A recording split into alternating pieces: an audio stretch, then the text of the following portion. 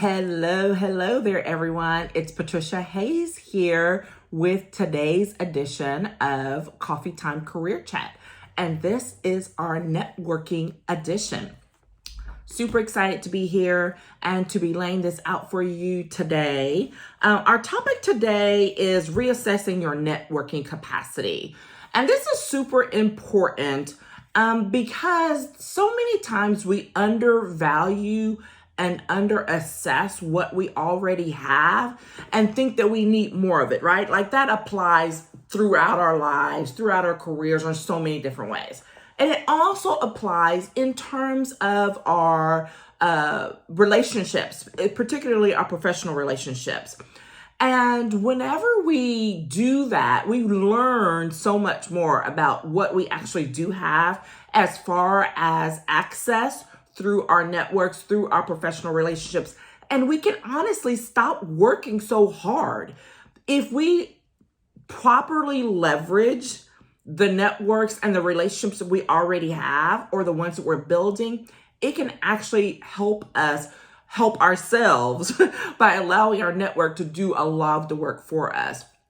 Classic example of this is when you're looking for a new job and you could be out there papering the world unnecessarily with, a resume that may or may not be reviewed versus putting the word out to one or two people within your network who can then share it and you could get a return on a potential job offer, a job interview, an informational interview much faster. Okay. So I really simplified that, but I've seen it happen too many times. And it's very much a reality. So here's the thing, the fallacy of, I don't have time to do that. I don't have time to sit and actually figure out what my relationships look like. Well, if you don't have time to do that, you are doing yourself a grave disservice. Like it literally will take 10, 15 minutes at a time to actually get into a routine of taking a look at who you know, what they know, and then figuring out how you should move forward accordingly or who's the best person to call and all of those types of things. All right. The question is what we're doing with it. My mindset coach and her team have already been on our case about our time and how we utilize it. So this is fresh on my brain. And it's because it's just true. It's like we have the time to do it. The question is what we're doing with the time that we already have. So if this is something that is important to you, that you consider valuable, then you have to say, okay, I'm going to make the time or I'm going to schedule the time and honor that commitment to yourself and to your professional career in order to move things forward. All right. I've already stated we can get so much more done when we leverage our networks properly. And that said, we're going to talk about a couple of ways about how you can make this happen, how you can do that reassessment of your networking capacity and what it looks like, and so that you can get back on the right track. The first thing is accountability and support to get things done. Whether it is through a business group, through a personal group, through, a partner, whatever. There are different ways that we can make sure that we get the accountability we need to follow up and the support we need to continue through. Right. And that's super important. So whether it's through, I know for myself, I have a bunch of different things. Right. So for one of them is I have several business groups that I'm a part of. Couple of them I'm a part of because I'm paying to be a part of them. So that's definitely one way to keep yourself accountable, because if you're paying for the experience, for the follow-up, then you need to be taking full advantage of it.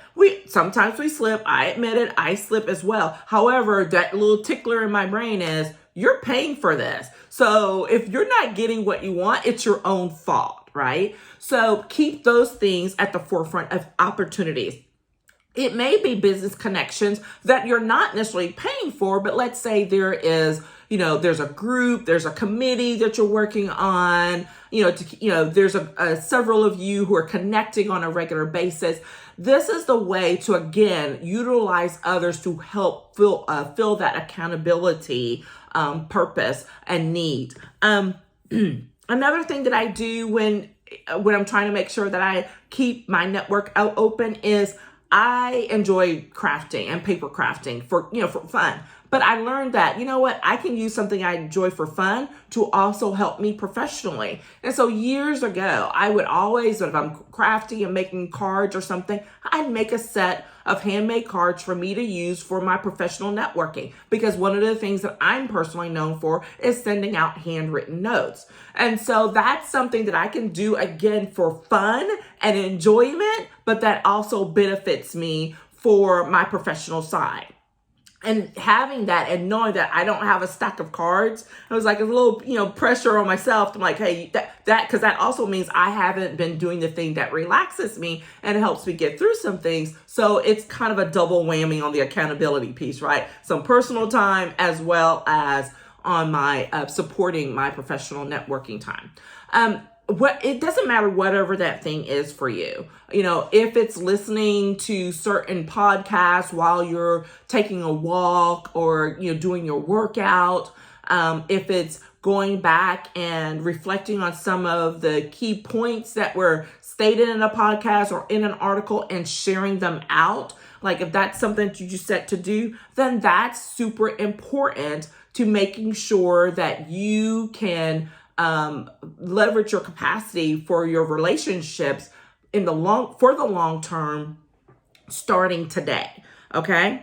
Let's see. Another way that you can work through your capacity issues is finding some high quality help to help you with what you're doing. And it's so, man, we do this all the time, but without really thinking about how powerful it is. It's, oh my gosh, I really need, like right now, massive electrical outages and stuff. So one of the things that's going on is people with burst pipes. So they're like, oh my gosh, I need a plumber. Who has a plumber? Like, it's that type of thing. Well, what if you did this on the regular basis without it being a crisis? What if you were reaching out to people in your professional network to say, hey, I'm thinking about working on X. Or do any of you know of someone who might be good for, to partner up, to collab on some things regarding this project, regarding this topic? I know that my graphic designer that I'm using currently is someone that came from a phone call to a colleague about something totally unrelated. And that then I was like, hey, don't you do? She was like, well, I do, but I'm happy to help this person over here out who does some work for me. So that was a phone call. I was up there still struggling, trying to figure out how I was going to get these social media images done or whatever, knowing that I needed to get it off my plate so that I could focus on other things. And voila, all it took was a phone call and someone willing to share the people that they work with, right? Because that's how it works. Another great one for me is I'm working on a book project, and I literally had one of those moments of, you have an editor in your network, and she's gonna just Trisha. But we talked about it. I'm like, yeah, it just took me a minute of like, wow, I don't know why I didn't think about that sooner, right? So when you tap into your network, you can tap into people with the skills that you need so that you don't have to do some of the work that you're stressing about doing. Think about that. Right? And so you can expand your capacity professionally to get things done simply by picking up the phone, sending a message, being strategic about your ask. And then you can, kind of snowball, because when you get people who will give to you, then there are others who will give back. And it's just kind of like a lovely thing that keeps continuing, right? It's fantastic. So feed the process by, asking for help, letting others help you, and then you doing the same for others. That is literally what a network is supposed to do. It is not just a give, or receive that a lot of people think it is.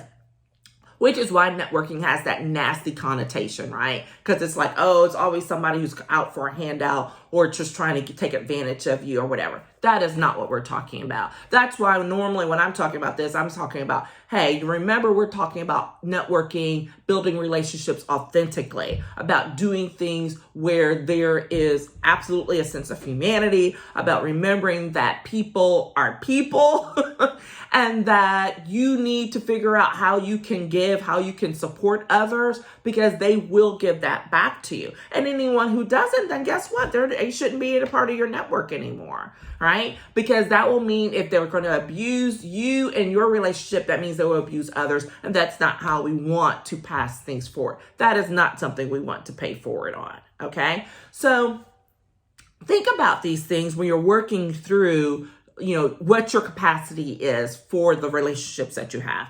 The third thing that I have is that it's to increase and explore professional growth. This is something, again, that people take for granted, and they don't normally really do it until they're actually looking for another job or looking to make that career transition. Here's the thing. You don't have to wait till you actually need it to start utilizing it. If there are things that you are interested in, you can pave the pathway for that way in advance, okay?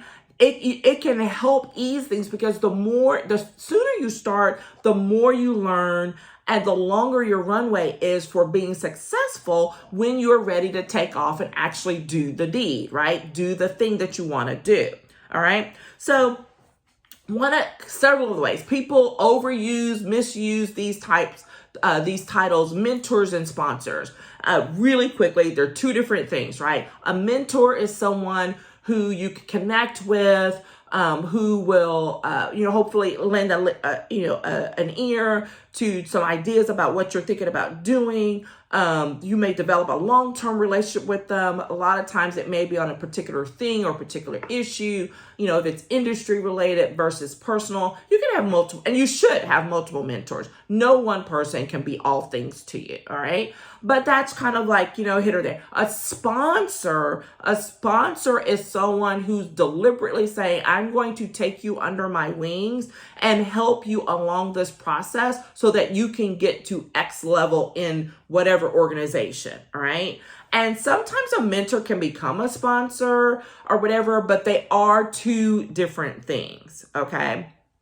That said, exploring your network and connecting with people can help you find the right mentor, and or sponsor, not just for yourself, but for others. I do this all the time when people come into me and I'm like, I think these people need to connect up. Hopefully they can get something that's useful out of the process through the relationships and things like that. Okay, that's what it's about. That's what it's about as far as connecting people up. Another piece about increasing and exploring your professional growth is through leadership development, right? Remembering to do the thing you need to do to grow. So whether it's attending conferences, yes, virtually and remotely, it is a thing. Whether it is attending workshops and seminars, whatever those are, webinars, and we're doing a lot of that these days, right?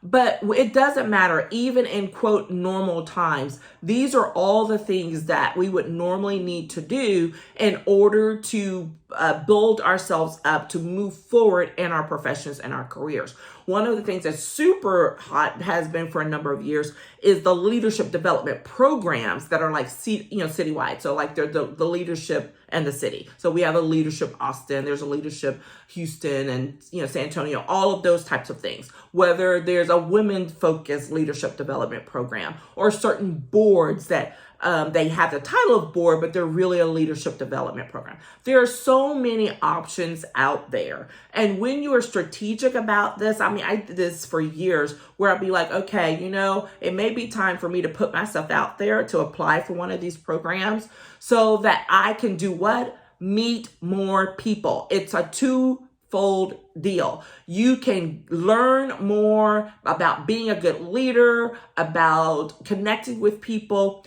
but it will also be about developing these relationships with people in this particular setting that will lay the groundwork for a future collaborations, for future work together that you just have no idea. There are things that I'm working together on with my Leadership Austin classmates from, I think, what were we, 4 years ago, that I never would have foreseen or thought about, okay? So, and here's the other thing, is because I was doing that, then there are folks who come and say, hey, will you write a letter of recommendation for me so that I too can try to get into that leadership development program? And I have done that, okay? So there are all these opportunities for growth and for development that come through your network and to help you further develop your network.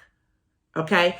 Your capacity will double or triple simply by doing one of those things. One of them. Okay? If you get a good mentor or sponsor in place, like, you then become have access to their networks. If you participate in a leadership development program, all of those people are now a part of your network. All right. And it's a question of how you grow it, how you maintain it, how you nurture it, so that as you move forward, you know that, hey, I may be able to tap in. It's not about, I have to do something for everybody all the time, but you do need to stay connected. Like, we have, some private Facebook groups, and then some of us connect up through other things. Just stay in touch. It is super easy. It doesn't have to be complicated. It doesn't have to be hard. All right. So that's a whole mindset thing. Resetting your mindset about how hard networking is or how distasteful it is. It's only distasteful if you make it so. It's only distasteful if you allow people into your space who are abusive in that way. So you just have to, keep your boundaries, push away the folks who are not in alignment with how you want to build out your professional network, and then pull in the others and keep nurturing them, right? This is not about collecting how many marbles you can collect. This is not it. This is not about how many followers you can have that you can say, oh, they're in my network. Because if you don't have a real relationship with them, or you can't connect the dots back to them, then guess what? It doesn't mean anything. It doesn't mean anything. So you'd be better off with a smaller group, a smaller network that you're really tied into, that you're really committed to, than a whole bunch of people that you really don't even know what they do or how they're doing it. And so that's a conversation for another time. Okay. So that is it. We've been talking about reassessing your networking capacity, and the importance of making time to do that, to making time to look at what you have, what you don't have, and how you can increase your capacity with your relationships. Number one, making sure you get accountability and support while you're doing it, putting systems in place, utilizing groups that you may be a part of, close colleagues or friends, whatever it might be. Have great tips. I'm not going to go into them, but there are definitely tips that I've put out there and strategies about how to keep the momentum going. Happy to send you to some of those things if you're more interested in that. Secondly, you want to make sure you find high quality help and leaders who will support you in that as well, and how that will help you to build out what it is you're trying to do and what you're trying to accomplish. Simply by tapping into your network, you then expand your capacity to grow and build whatever it is you're working on. If you're growing in your professional career, or if you're growing your business, it doesn't matter. All right. And then thirdly, making sure that you increase and explore your professional growth through various ways, particularly through mentors, sponsors, leadership development programs, other tons of learning opportunities that are out there. All right. Super, super helpful. I'd love to help you lay out some of these things, because a lot of times people get to this and they don't know what to do with it. That's what I do. Hello, your authentic networking strategist and career empowerment coach. Those are the things that I do. And especially also while I'm serving as an advisor to people at the executive level, helping them to leverage things in a much more useful way so that you're not working as hard, but you're allowing your relationships and maximizing their capacity so that they can work for you while you are still giving back at the same time. All right. Happy to have a conversation, follow up. Let me know if you want to get on a consult and we can talk about how you can address some of these things and maybe build out your network in a way that is empowering and helpful to you and your career for the long term. Let me know. Happy to do it. That's it for today. Thanks for joining me for this edition of the Coffee Time Career Chat Networking Edition. I'll check in with you guys next week. Take care. Bye-bye.